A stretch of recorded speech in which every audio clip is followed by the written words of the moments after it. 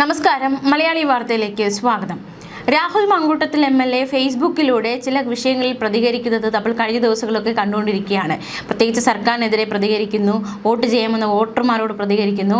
ഇപ്പോഴിതാ കഴിഞ്ഞ ദിവസം രാഹുൽ മങ്കൂട്ടത്തിന് സോഷ്യൽ മീഡിയയിൽ കിട്ടുന്ന ഒരു റീച്ച് ഉണ്ട്, വ്യൂസ്. അതായത് രാഹുൽ പങ്കുവയ്ക്കുന്ന ഓരോ വീഡിയോയ്ക്കും നമുക്ക് ഫേസ്ബുക്കിൽ നോക്കിയാൽ തന്നെ കാണാൻ സാധിക്കും 1,00,000-ലധികം ലൈക്കുകളും അതിനേക്കാൾ അധികം വ്യൂസും ഒക്കെയാണ് രാഹുലിൻ്റെ ഓരോ വീഡിയോയ്ക്കും കിട്ടുന്നത്. പക്ഷേ ഇതെല്ലാം ഒരു തട്ടിപ്പാണ്. അതായത് നമുക്കറിയാവുന്ന പോലെ തന്നെ ഇപ്പോൾ ഇൻസ്റ്റഗ്രാമിലും ഫേസ്ബുക്കിലുമൊക്കെ നമുക്ക് വില കൊടുത്ത് വ്യൂസും ലൈക്സും ഒക്കെ വാങ്ങിക്കാൻ സാധിക്കും. കുറഞ്ഞ റേറ്റിൽ തന്നെ നമുക്ക് വ്യൂസും ലൈക്സും ഒക്കെ ഇൻസ്റ്റഗ്രാമിലും ഫേസ്ബുക്കിലും ഒക്കെ വില കൊടുത്താൽ വാങ്ങിക്കാൻ കിട്ടും. അത് അത്തരത്തിൽ വാങ്ങിച്ചവരും ഉണ്ടാകും. അപ്പോൾ അങ്ങനെയുള്ളവർക്ക് ആ കാര്യം അറിയാം. അപ്പോൾ രാഹുൽ മങ്കൂട്ടത്തിൽ ഇപ്പോൾ ചെയ്യുന്നത് ഇത്തരത്തിലൊരു തട്ടിപ്പാണ്. തട്ടിപ്പിലൂടെയാണ് ഇത്രയും വ്യൂസും ലൈക്സും ഒക്കെ റീച്ചും ഒക്കെ കിട്ടുന്നത്. അതിൻ്റെ ഈ റിയാക്ഷൻ, ഈ വീഡിയോയ്ക്ക് റിയാക്ട് ചെയ്തിരിക്കുന്നവരെ നോക്കിയാൽ പലതും ഫേക്ക് ഐ ഡി ആണ് എന്ന രീതിയിൽ ഇടത് സൈബർ ഇടങ്ങളിൽ വലിയ പ്രചാരണം നടന്നിരുന്നു. ഈ പ്രചാരണങ്ങൾക്ക് മറുപടിയുമായി രാഹുൽ മങ്കൂട്ടത്തിൽ ഇന്ന് വൈകുന്നേരം 6 മണിക്ക് വരുമെന്നാണ് രാഹുൽ ഇപ്പോൾ ഏറ്റവും ഒടുവിലായി പങ്കുവച്ച വീഡിയോയിൽ പറയുന്നത്. അത് ഇപ്രകാരമാണ്. അതായത് തട്ടിപ്പില്ലാതെ രാഹുൽ മങ്കൂട്ടത്തിന് ഒരു കളിയുമില്ല. കൈരളി ന്യൂസിൽ വന്ന വാർത്ത ചൂണ്ടിക്കാണിച്ചുകൊണ്ട് കൈരളിയിൽ വന്നിട്ടുണ്ട്. ന്യൂസ് മലയാളം 24/7 ചാനലിൽ വന്നിട്ടുള്ള വാർത്ത ചൂണ്ടിക്കാണിച്ചുകൊണ്ട് കൈരളി പ്രോമാക്സിലും ഈ വാർത്ത വന്നിട്ടുണ്ടല്ലോ എന്ന് പറഞ്ഞുകൊണ്ട് ഈ ഒരു റീച്ച് എന്നത് തട്ടിപ്പാണോ അതിനുള്ള മറുപടി വൈകുന്നേരം 6 മണിക്ക് ഞാൻ നൽകും എന്ന രീതിയിലാണ് രാഹുൽ മങ്കൂട്ടത്തിൽ ഏറ്റവും ഒരു മുന്നറിയിപ്പ് നൽകിയിരിക്കുന്നത്. എന്തായാലും ഈ റീച്ച് തട്ടിപ്പാണ് എന്ന രീതിയിൽ തട്ടിപ്പ് വിട്ട ഒരു കളിയുമില്ല എന്ന ഈ ആരോപണങ്ങൾക്ക് രാഹുൽ മങ്കൂട്ടത്തിൽ എന്ത് മറുപടിയാണ് നൽകാൻ പോകുന്നത് എന്നാണ് ഏവരും ഉറ്റുനോക്കുന്നത്. പ്രത്യേകിച്ചും രാഹുൽ അനുകൂലികളെല്ലാം രാഹുലിൻ്റെ വിശദീകരണം എന്താണെന്ന് അറിയാനുള്ള ഒരു ആകാംക്ഷയിലാണ്. എന്തായാലും നമുക്കറിയാവുന്നതുപോലെ തന്നെ ഇടത് സൈബർ ഹാൻഡിലുകളിലാണ് ഇത്തരത്തിൽ രാഹുൽ മങ്കൂട്ടത്തിൽ കിട്ടുന്ന റീച്ചൊക്കെ തട്ടിപ്പാണ് എന്ന രീതിയിലുള്ള ഒരു പ്രചാരണം ഉണ്ടായിരിക്കുന്നത്. അപ്പോഴേ നാളെയാണ് തെരഞ്ഞെടുപ്പ്. നമ്മുടെ അടുത്ത 5 വർഷക്കാലം നമ്മുടെ ജീവിതത്തെ ഏറെ സ്വാധീനിക്കുവാൻ പോകുന്ന സർക്കാർ ആര് എന്ന് നമ്മൾ തിരഞ്ഞെടുക്കുവാൻ പോവുകയാണ്. അങ്ങനെയുള്ളപ്പോൾ കഴിഞ്ഞ 10 വർഷക്കാലം നമ്മളെ ദ്രോഹിച്ച സർക്കാരിന്റെ കെടുതികൾ നമുക്ക് ഓർത്തെടുക്കണ്ടേ? ഓർക്കുന്നില്ലേ? PSC പരീക്ഷ എഴുതി പാസ്സായതിനു ശേഷവും ഒരു ജോലിക്ക് വേണ്ടി നമ്മൾ ഭിക്ഷയാചിച്ചും കയ്യിൽ കർപ്പൂരമേന്തിയും ഒക്കെ സെക്രട്ടേറിയറ്റിലേക്ക് ചെന്നിട്ട് നമ്മളെ ചവിട്ടി പുറത്താക്കിയതിനു ശേഷം ശിവരഞ്ജിത്തിനെയും നസീമിനെയും പോലുള്ള SFIക്കാർക്ക് പിൻവാതിലൂടെ ലക്ഷക്കണക്കിന് പാർട്ടിക്കാരെ തിരികെ കയറ്റിയ സർക്കാരെ നമുക്ക് മറക്കുവാൻ കഴിയും? ഉപ്പിനും മുളകിനും തൊട്ട് അവശ്യ സാധനങ്ങൾക്കെല്ലാം വിലക്കയറ്റം സൃഷ്ടിച്ച ഒരു സർക്കാരിനെ നമുക്ക് മറക്കുവാൻ കഴിയുമോ?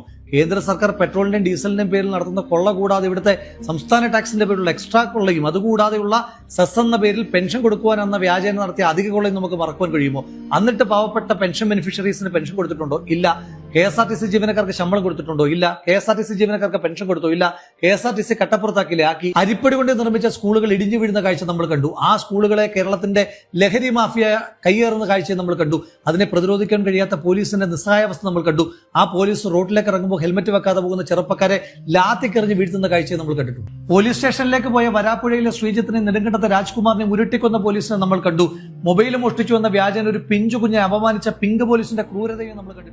നക്സൽ വേട്ടയുടെ പേര് പറഞ്ഞ് പാവപ്പെട്ട ആദിവാസികൾക്ക് നേരെ നടത്തിയ പോലീസുകാരുടെ ക്രൂരമായ ലാത്തി ചാർജും അതുപോലെ തന്നെയുള്ള എൻകൗണ്ടറുകളും കേരളം സാക്ഷ്യം വഹിച്ചു.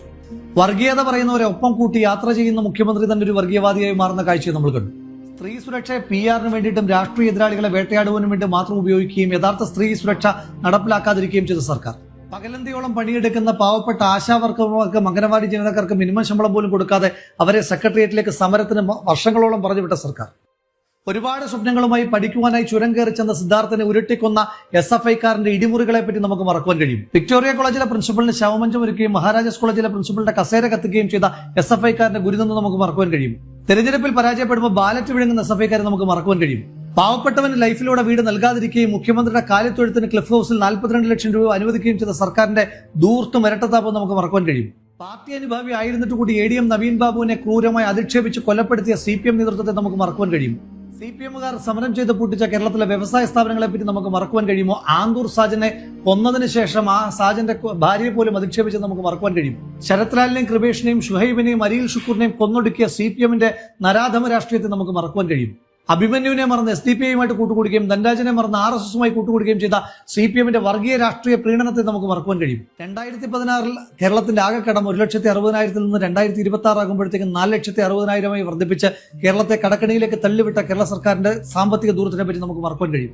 വെള്ളക്കരം വർദ്ധിപ്പിച്ച, വീട്ടുകരം വർദ്ധിപ്പിച്ച, വൈദ്യുതി ചാർജ് വർദ്ധിപ്പിച്ച, ബസ് ചാർജ് വർദ്ധിപ്പിച്ച, കോർട്ട് ഫീസ് ചാർജ് വർദ്ധിപ്പിച്ച, ബർത്ത് സർട്ടിഫിക്കറ്റ് തൊട്ട് ഡെത്ത് സർട്ടിഫിക്കറ്റ് വരെയുള്ള എല്ലാ സേവനങ്ങളുടെയും ചാർജ് വർദ്ധിപ്പിച്ച ഈ സർക്കാരിന് നമുക്ക് മറക്കുവാൻ കഴിയും. കാട്ടാനകളും കാട്ടുമൃഗങ്ങളും നാട്ടിലിറങ്ങി മനുഷ്യന്മാരെ പട്ടാപ്പകൽ ചവിട്ടിക്കൊല്ലുന്ന കാഴ്ച നമുക്ക് മറക്കുവാൻ കഴിയും. കാട്ടുമൃഗങ്ങൾ നാട്ടിലേക്ക് ഇറങ്ങി മനുഷ്യന്റെ കൃഷിയെ നശിപ്പിക്കുന്ന കാഴ്ച, ആ കാഴ്ചയെ നിസ്സംഗതയോടുകൂടി നോക്കി നിൽക്കുന്ന സർക്കാരിന്റെ മനോഭാവത്തെ നമുക്ക് മറക്കുവാൻ കഴിയും. ഡിപ്ലോമാറ്റിക് ചാനലിലൂടെ സ്വർണം കടത്തിയ മുഖ്യമന്ത്രിയുടെ വലങ്കൈയായ ശിവശങ്കരനെയും ശബരിമലയിൽ നിന്ന് സ്വർണം കടത്തിയ മുഖ്യമന്ത്രി ഇടങ്കൈയായ പത്മകുമാറിനെ നമുക്ക് മറക്കുവാൻ കഴിയുമോ? സ്വർണ്ണക്കടത്തിനെ നമുക്ക് മറക്കുവാൻ കഴിയും. ശബരിമലയിലെ വിശ്വാസികളെ വേദനിപ്പിച്ച, ക്രിസ്തുമത വിശ്വാസികളെ വേദനിപ്പിച്ച, ഇസ്ലാം മത വിശ്വാസികളെ വേദനിപ്പിച്ച, വിശ്വാസത്തെ തന്നെ വേദനിപ്പിച്ച ഒരു സർക്കാരിനെ നമുക്ക് മറക്കുവാൻ കഴിയും. ചരിത്രത്തിലാദ്യമായി ശമ്പളം കൊടുക്കാത്ത സംസ്ഥാന സർക്കാർ ജീവനക്കാരെ വഞ്ചിച്ച സർക്കാരിനെ നമുക്ക് മറക്കുവാൻ കഴിയുമോ? പെൻഷൻ കിട്ടാത്തതിന്റെ പേരിൽ KSRTC ജീവനക്കാർ ആത്മഹത്യ ചെയ്തെന്ന് നമുക്ക് മറക്കുവാൻ കഴിയുമോ? കൃത്യമായി 1-ാം തീയതി ശമ്പളം കിട്ടാത്ത KSRTC ജീവനക്കാരെ നമുക്ക് മറക്കുവാൻ കഴിയുമോ? സ്വിഫ്റ്റ് കമ്പനി ഏൽപ്പിച്ച് KSRTC കട്ടപ്പുറത്താക്കിയ സർക്കാരിനെ നമുക്ക് മറക്കുവാൻ കഴിയുമോ? വയനാട് ദുരന്തത്തിന്റെ മറവിൽ ഊരാളുങ്കൽ എന്ന് പറയുന്ന വെള്ളാനെ ഉപയോഗിച്ചുകൊണ്ട് സംസ്ഥാന സർക്കാർ നടത്തിയ തീവെട്ടിക്കൊള്ളയെ പറ്റി നമുക്ക് മറക്കുവാൻ കഴിയുമോ? ശസ്ത്രക്രിയയ്ക്ക് ശേഷം വയറ്റിൽ നിന്ന് കത്രിക എടുക്കുവാൻ മറന്നതും കൂട്ടിരിക്കുവാൻ പോയ ബൈസ്റ്റാൻഡർ കെട്ടിടം ഇടിഞ്ഞു വീണു മരിച്ചതും, ആശുപത്രിയിൽ ചികിത്സിച്ചുകൊണ്ടിരുന്ന ഡോക്ടറെ ആരോ വന്ന് കുത്തിക്കൊന്നതും, ആരോഗ്യവകുപ്പിന്റെ ഏറ്റവും വലിയ നട്ടലായ നഴ്സുമാർ സ്ഥിരമായി സമരം ശമ്പളത്തിന് വേണ്ടി ചെയ്യേണ്ടി വരുന്നതുമൊക്കെ ആരോഗ്യ മേഖലയിലെ സ്ഥിരം കാഴ്ചയായി മാറുകയാണ്. മരുന്നില്ലാത്ത മെഡിക്കൽ കോളേജും ശസ്ത്രക്രിയ മുടങ്ങിയ ICUവും എല്ലാം നമ്മുടെ നാട്ടിലെ സ്ഥിരം കാഴ്ചകളായി മാറുമ്പോൾ ആരോഗ്യവകുപ്പ് എന്ത് ചെയ്തു എന്ന കാഴ്ച നമ്മൾ ഓർക്കണ്ടേ? ഇന്ത്യയിൽ ഏറ്റവും അധികം ആളുകൾക്ക് കോവിഡ് ബാധിച്ച സംസ്ഥാനമാക്കി കേരളത്തെ മാറ്റിയ, ഇന്ത്യയിൽ ഏറ്റവും അധികം ആളുകൾ കോവിഡ് ബാധിച്ച് മരിച്ച സംസ്ഥാനമാക്കി കേരളത്തെ മാറ്റിയ, ഇന്ത്യയിൽ ഏറ്റവും അധികം കോവിഡ് ഡെത്തുകൾ മറച്ചുപിടിച്ച സംസ്ഥാനമാക്കി കേരളത്തെ മാറ്റുമ്പോഴും കോവിഡിന്റെ മറവിൽ നടത്തിയ കോടിക്കണക്കിന് രൂപയുടെ കൊള്ള നമുക്ക് മറക്കുവാൻ കഴിയും. ബ്രൂവറി, ഡിസ്റ്റിലറി അഴിമതി ഉൾപ്പെടെ, സ്പ്രിംഗ്ലർ അഴിമതി ഉൾപ്പെടെയുള്ള കോടിക്കണക്കിന് രൂപയുടെ അഴിമതികൾ നമുക്ക് മറക്കുവാൻ കഴിയുമോ? കേരളത്തിനെ ടൂറിസം മാപ്പിൽ പുതിയൊരിടം കണ്ടെത്തുമെന്ന് പറഞ്ഞിട്ട് ലോക ഭൂപടത്തിൽ നിന്ന് കേരളത്തെ ഒഴിവാക്കിച്ച് ഈ സർക്കാരിന്റെ കെടുതികളെ നമുക്ക് മറക്കുവാൻ കഴിയും. ഡാം തുറന്നുവിട്ട് കേരളത്തെ പ്രളയത്തിൽ മുക്കി കൊല്ലുവാൻ ശ്രമിച്ച സർക്കാരിനെ നമുക്ക് മറക്കുവാൻ കഴിയും. കേരളത്തിലെ സ്കൂൾ കായിക താരങ്ങൾക്ക് അവശ്യ സൗകര്യങ്ങൾ ചെയ്യാത്തതു തൊട്ട് കായിക പ്രതിഭകളെ ആകെ മെസ്സിയെ കൊണ്ടുവരാമെന്ന് പറഞ്ഞ് പറ്റിച്ചത് അടക്കമുള്ള സംസ്ഥാന സർക്കാരിന്റെ കായിക മേഖലയോടുള്ള അവഗണന നമുക്ക് മറക്കുവാൻ കഴിയും. വിലക്കയറ്റം നിയന്ത്രിക്കുവാൻ കഴിയാത്ത, സബ്സിഡി സാധനങ്ങൾ സപ്ലൈകോയിലേക്ക് എത്തിക്കുവാൻ കഴിയാത്ത സപ്ലൈകോ വകുപ്പിനെ നമുക്ക് മറക്കുവാൻ കഴിയും. കേരളത്തിലെ റെയിൽവേ ട്രാക്കുകളുടെ വളവൊന്ന് നിവർത്തുവാൻ പോലും സാമ്പത്തികമോ സൗകര്യമോ ഇല്ലാത്തൊരു സർക്കാർ, കേരളത്തിന് ഒരിക്കലും പാരിസ്ഥിതികമായി അനുകൂലമല്ലാത്ത, വരാൻ കഴിയാത്തൊരു കേരളിന്റെ പേരിൽ അടുക്കളയിലെ അടുപ്പിൽ വരെ പോയി മഞ്ഞക്കല്ല് സ്ഥാപിച്ചതും, ആ മഞ്ഞക്കല്ലിന്റെ പേരിൽ പാവപ്പെട്ട സ്ത്രീകളെ അടക്കം റോഡിലൂടെ വലിച്ചഴിച്ചതുമായിട്ടുള്ള ക്രൂരതകൾ നമുക്ക് മറക്കുവാൻ കഴിയും. ഫോണും AI ക്യാമറകളും തൊട്ടുള്ള പരിഷ്കാരങ്ങളുടെ പിന്നിൽ നടത്തിയ അഴിമതി നമുക്ക് മറക്കുവാൻ കഴിയും. ഉമ്മൻചാണ്ടി സാറിന്റെ കാലത്ത് കൊണ്ടുവന്ന കൊച്ചി മെട്രോയും വിഴിഞ്ഞം അന്താരാഷ്ട്ര ടെർമിനലും കണ്ണൂർ വിമാനത്താവളവും സ്മാർട്ട് സിറ്റിയും അടക്കമുള്ള വമ്പൻ പദ്ധതികൾ ഉദ്ഘാടനം ചെയ്തുവെന്നല്ലാതെ ഈ സർക്കാരിന്റെ കാലത്തായി ഒരൊറ്റ വലിയ പദ്ധതി പോലും കൊണ്ടുവരാൻ കഴിയാതെ കേരളത്തിന്റെ ഭാവിയെ ഇരുട്ടിലാക്കി മാറ്റിയ സർക്കാരിനെ നമുക്ക് മറക്കുവാൻ കഴിയില്ല.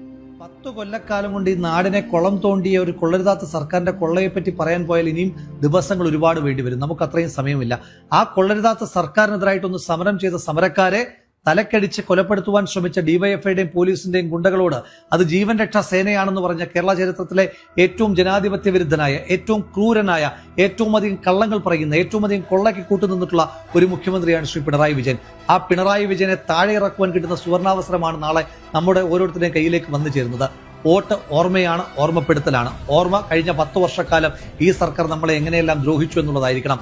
ഓർമ്മപ്പെടുത്തൽ എന്ന് പറയുന്നത് വരാൻ പോകുന്ന 5 കൊല്ലക്കാലം ഈ സർക്കാർ ഉണ്ടാകുവാൻ പാടില്ല എന്നുള്ളതായിരിക്കണം. അതുകൊണ്ട് നമുക്ക് നമ്മുടെ വോട്ട് വളരെ ബോധപൂർവം ആലോചിച്ചുറപ്പിച്ച് വിവേകത്തോടു കൂടി തന്നെ ചെയ്യാം. ആ ചെയ്യുന്ന വോട്ട് UDF-നൊപ്പമാകട്ടെ. UDF നയിക്കും, കേരളം ജയിക്കും.